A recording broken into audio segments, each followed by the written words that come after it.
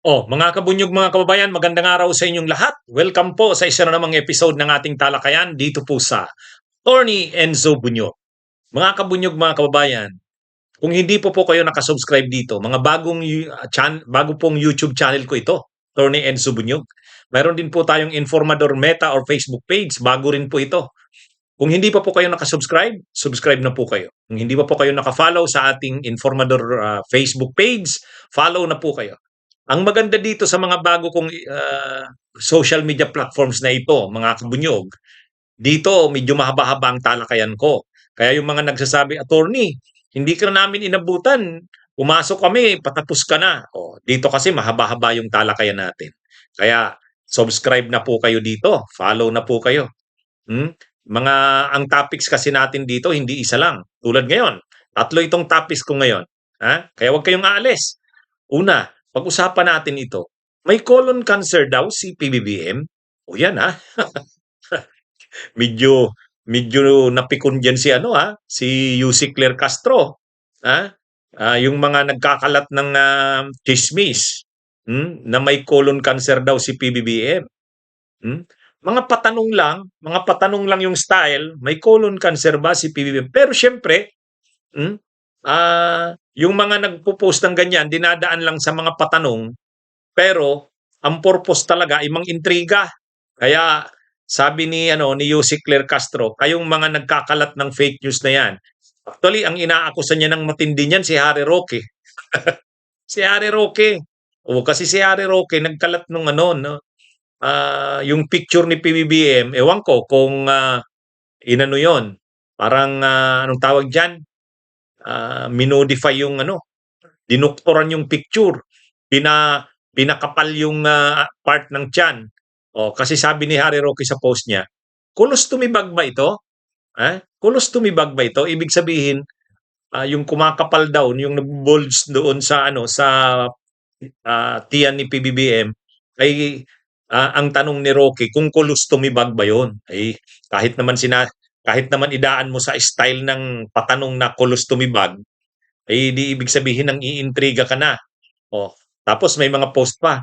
Malala daw pala ang sakit ni PBBM, colon cancer daw. Di lalo na ngayon, sabi ni Yusik Claire Castro, fake news 'yan. Ano to? Ang sakit daw ni PBBM, ipinaalam naman yan sa publiko, diverticulitis. Pero yung sakit na yon, syempre may discomfort, kasi sakit talaga sa tiyan yun, pero hindi naman daw yun life threatening. May ilang araw nga lang na hindi siya kumain ng mga solid food, panay sabaw lang. Kaya yung picture niya nga na nangangayat siya. Pero sabi ni Yusik Claire Castro, tapos na yon. Ang ngayon balik na sa normal na kalagayan si PBBM at ano daw ito? Nadadaluhan na lahat ng mga public events, at mga activities. Kaya yung mga nagkakalat pa raw ng ganyan, ay nang iintriga na talaga. Kaya nga sabi ni Yusik Claire Castro, fake news peddler yan si Roque. fake news peddler daw si Roque. Talagang diretsahan sinabi niya ng ganun. Sabi ni Yusik Claire Castro, nagki-create yan ng instability. Gusto nilang ipakita na may political instability kasi nga gusto nilang palabasin na may sakit ang presidente at malala ang sakit nito. Katulad nung post nga na colostomy bag, tapos ngayon may mga post pang may colon cancer daw ang presidente. Kaya medyo na anong tawag diyan? Nairita na, napuno na si Yusik Claire Castro, diretsahan na tinawag na si Harry Roque na fake news peddler. Pero ang sabi naman ng Malacanang, wala na daw sakit ang presidente. Kaya itong mga nagkakalat daw ng itong colostomy bag, colon cancer, kung ano-ano pa. Actually, may dati na rin dyan na naging issue dyan.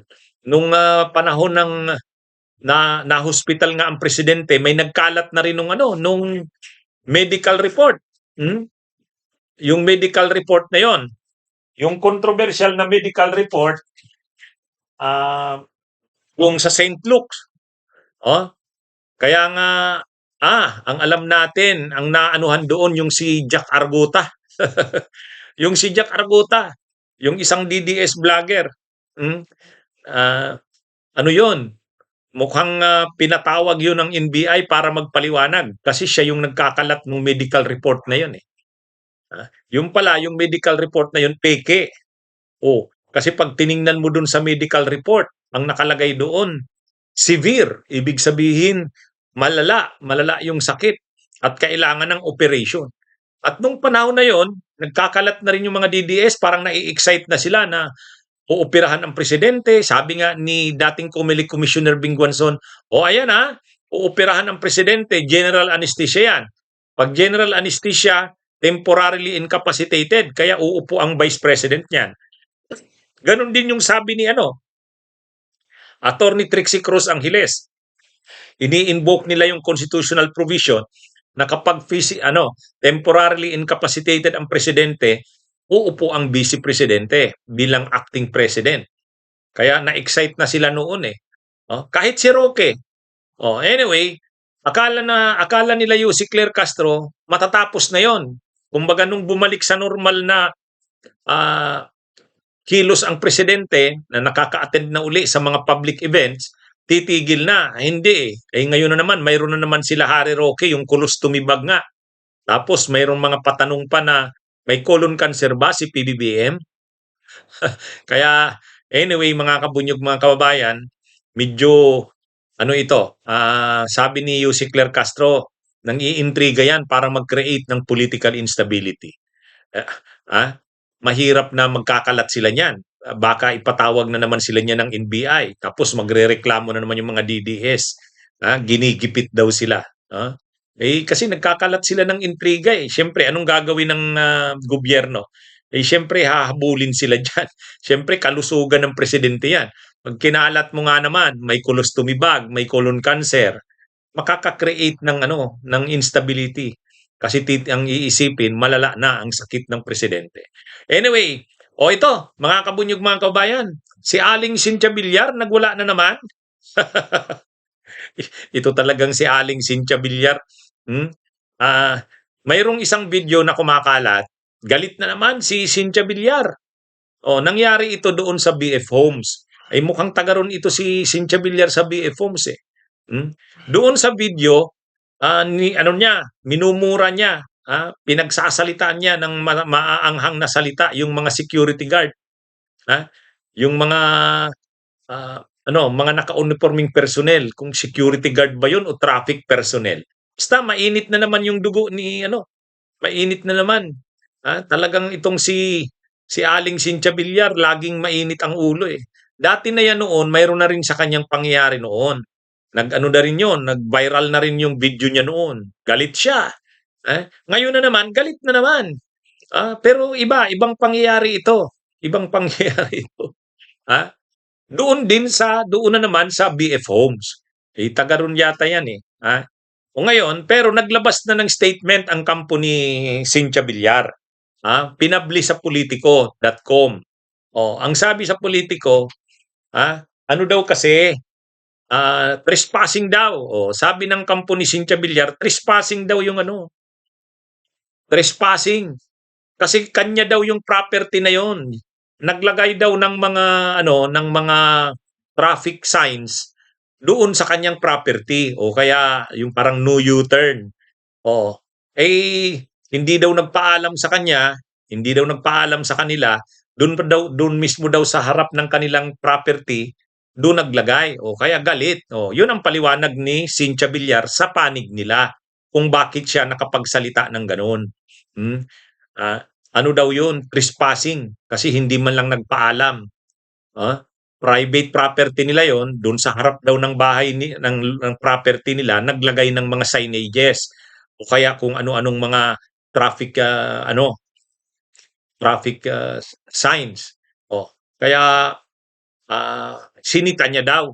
Kaya lang, pwede mo namang sitahin na hindi mo kailangang magtaas ng boses, magalit na lagi na lang galit, eh, parang sobrang galit sa mundo nito ni Cynthia Villar. Parang kung makapagsalita, lahat niya ano, eh, subordinates, eh, lahat niya naaandiran, eh, ah. Dati na siyang nag-trending niya noon, nag-viral noon. Ngayon na naman, napanood ko yung video, nagsasalita na naman siya. Ano, tanga yata yung ginamit niyang ano, eh, tanga yung ginamit niyang termino dito sa itong huling pangyayaring ito. Kaya dahil nag-viral na naman itong pangyayaring ito, naobliga siyang maglabas ng statement. At yung sa statement niya nga, pinapaliwanag, na nag-init daw ang ulo kasi hindi nga daw nagpaalam. Private property daw yon, kaya trespassing. Oo nga, pero kahit private property mo yon, ay idaan mo naman sa ano, mahinahon na ano, tsaka ginagawa lang naman ng mga security guard ba yon o traffic person, ginagawa lang naman nun ng kanilang trabaho. Bakit naman pagsasalitaan mo ng gano'n? Lagi na lang siyang ano, eh, lagi na lang galit, laging nagtataas ng boses, Sabagay, hindi pa rin siguro matunawan itong si Cynthia Villar na natalo siya sa nakaraang eleksyon. Tumakbo siyang congresswoman doon sa distrito ng Las Piñas. Talo siya ni ano, ni Congressman ano, Santos ba 'yon? Yung city councilor ng Las Piñas. Hindi masyadong kilala, walang pera, o pero linabanan siya sa pagka-congressman ng Las Piñas. O tinalo si Cynthia Villar. Hindi niya maisip 'yon na tinalo siya no'n ni ano. Naalala niyo may eksena rin 'yan sa loob ng simbahan. Yung kalaban niya na 'yan na lumaban sa kanya na si Congressman Santos, dating councilor. Councilor lang 'yun dati ng Las Piñas, lumaban sa kanya. Nung nagkita sila doon sa loob ng simbahan, yung eleksyon, itong election period, nakita niya na naman, linapitan niya na naman sa loob ng simbahan, pinagsalitaan niya na naman. Talagang ano, ibang klase itong si Cynthia Villar, eh. Sabagay kahit naman nung senadora 'yan, 'pag may hearing sa Senado, eh, kung makapagsalita sa mga opisyal ng gobyerno, akala mo ano niya, eh, lahat niya tauhan, eh. Ibang klase rin dito si Aling Cynthia ano, ibang klase rin. Hmm, kaya anyway ngayon viral na naman siya, trending na naman siya, pinag-uusapan na naman siya sa kaniyang, mga ginawa, hmm.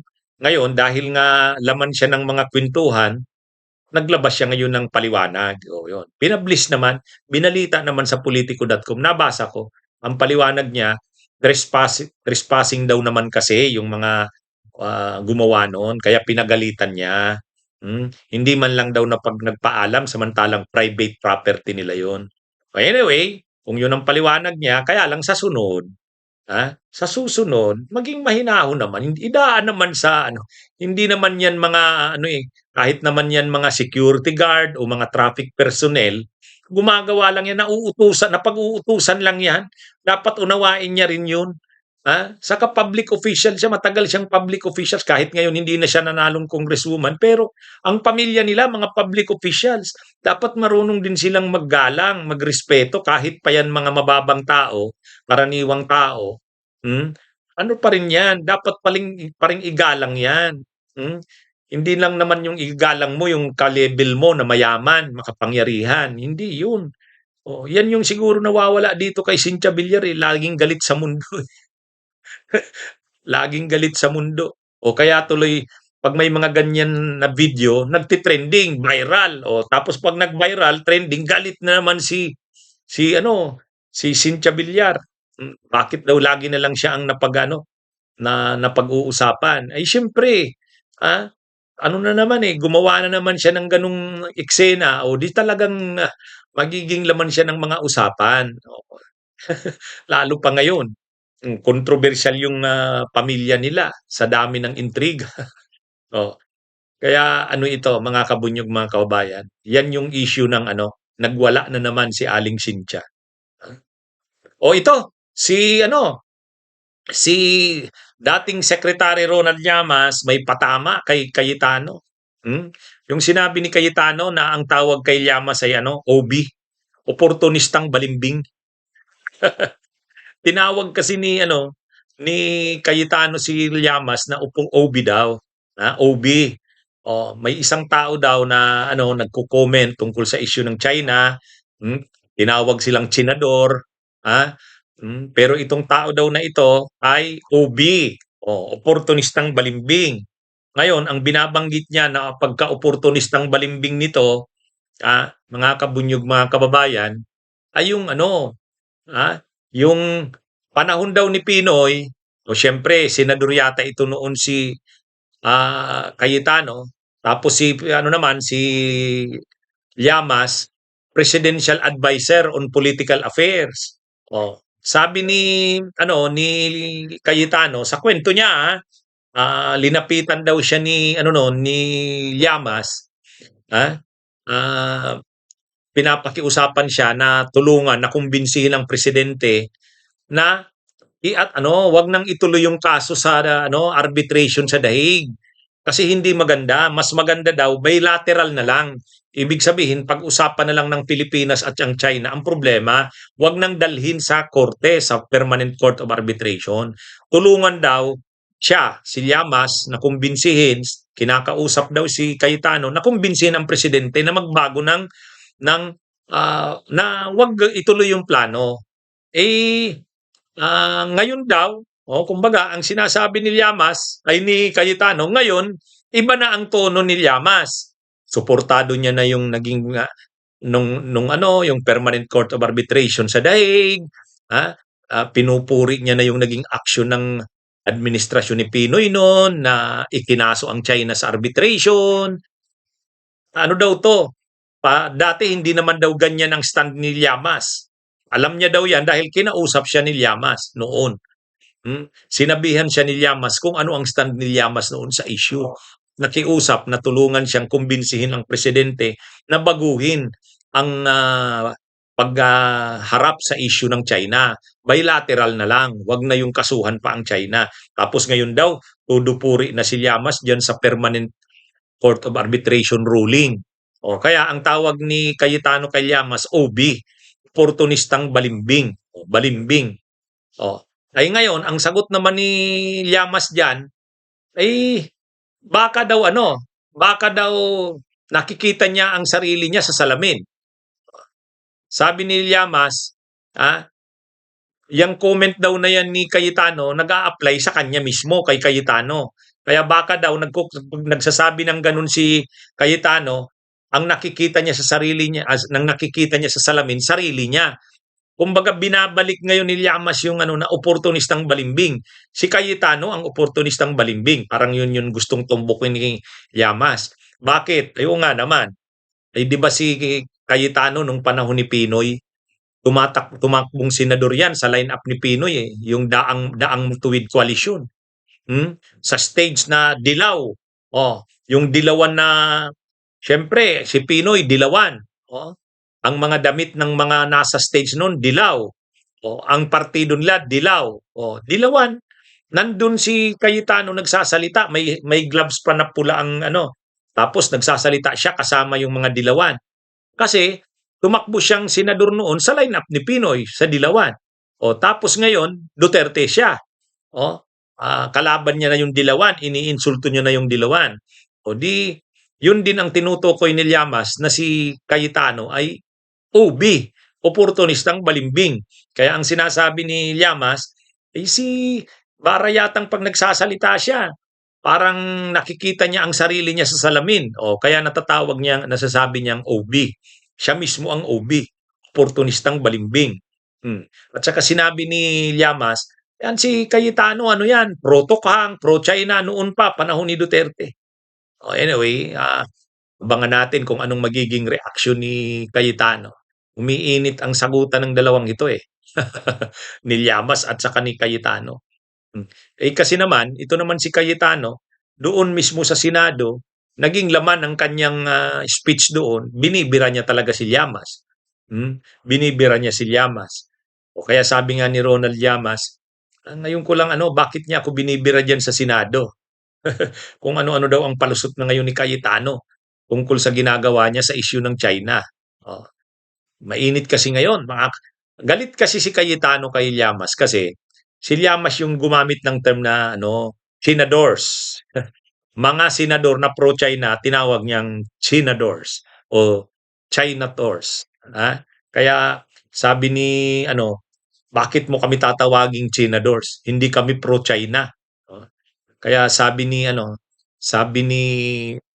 Cayetano, naiinsulto sila na tinatawag silang pro-China.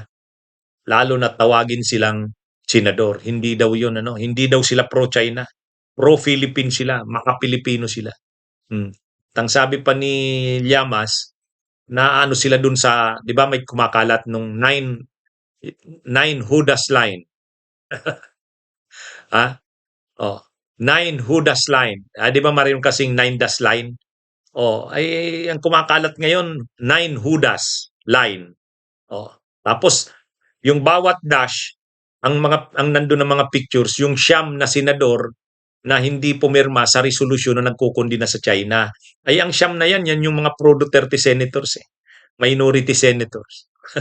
Kaya ang nakalagay doon, nine Judas line. Galit din si doon, si Cayetano. Ay siyempre ang nakikita niya daw na bumibira sa kanila ng todo si Llamas.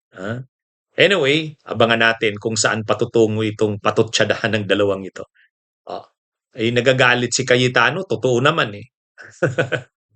Okay, mga kabunyog mga kabayan, magandang araw sa inyong lahat.